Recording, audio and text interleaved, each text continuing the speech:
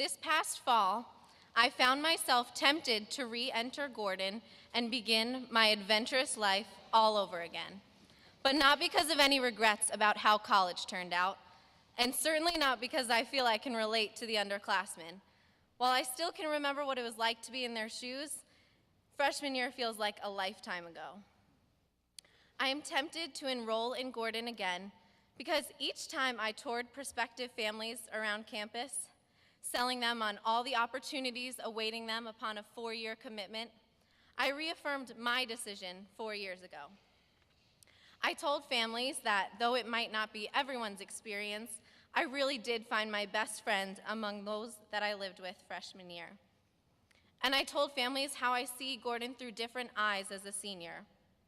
That as I've grown as a student, I've also seen Gordon itself transform to become a better institution, making changes as small as adding a panini maker and as big as installing a new provost and president. Our class has had a unique position to witness several significant changes. For better or worse, we saw the demise of Claymore and the rise of Chester's Place, the tavern that does not serve any alcohol. We saw Midnight Marty's donut runs start off as a mysterious word through the grapevine and make their way to become a regular freshman tradition. We saw the tiers disappear and make way for a more open and internationally themed cafeteria. We were the first to experience the ups and the downs of the new core. We spent a year saying goodbye to the Carlbergs, our pillars of strength and wisdom, a family who dedicated so much of their lives to the college, and a first lady who told interesting stories in funny accents while always preaching the gospel.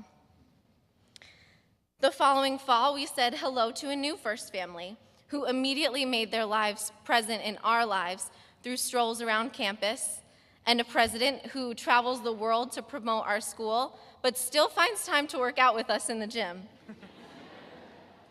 Yet, throughout these changes, the essence of Gordon has remained the same.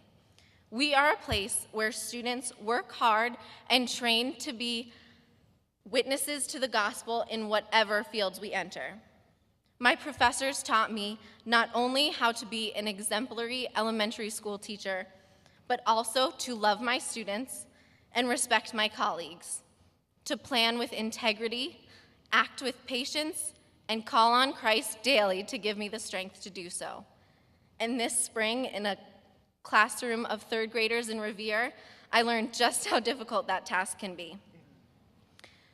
Gordon College is also a place where conversation and community happen. We are a community aware of the challenges that face us. And even if it takes a few brave students to open up the conversation, whether in the public space of our chapel or among private conversations in residence halls, there are always people willing to confront the hard issues head on. Our campus has 450 beautiful acres of woods, but the Gordon experience extends far beyond our property line. As the body of Christ, we have boarded planes to Nicaragua to work in orphanages, to Detroit to encounter inner city brokenness, to South America to cross a language barrier, and to Italy to investigate the history of art. Each day, we load up vans to serve in Lynn or welcome under-resourced students to our campus. We get in our cars and we drive to practicums and internships to put into practice 4 years of hard work. We make ourselves aware of our position as caretakers of God's earth. Though we admittedly don't use them until late April when it's time to turn in our resumes, we are very grateful for all the opportunities the Career Services places to promote us in preparation for life after college. I was very overwhelmed by freshman orientation, as many of us were, but it has taken me 4 years to realize that as thoroughly prepared as we were to come, we're even more prepared to leave. As freshmen, we overcommitted and stayed up way too late.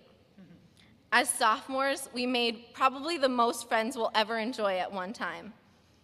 As juniors, we traveled the world, and as seniors, we've had one foot in the college world and one foot in the real world with the encouraging support of our apartment mates, our mentors, and our professors.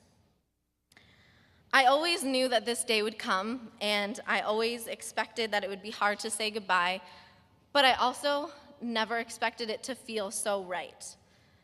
The biggest comfort that I take in facing the unknown road ahead is the knowledge that God has always led me exactly where I needed to be.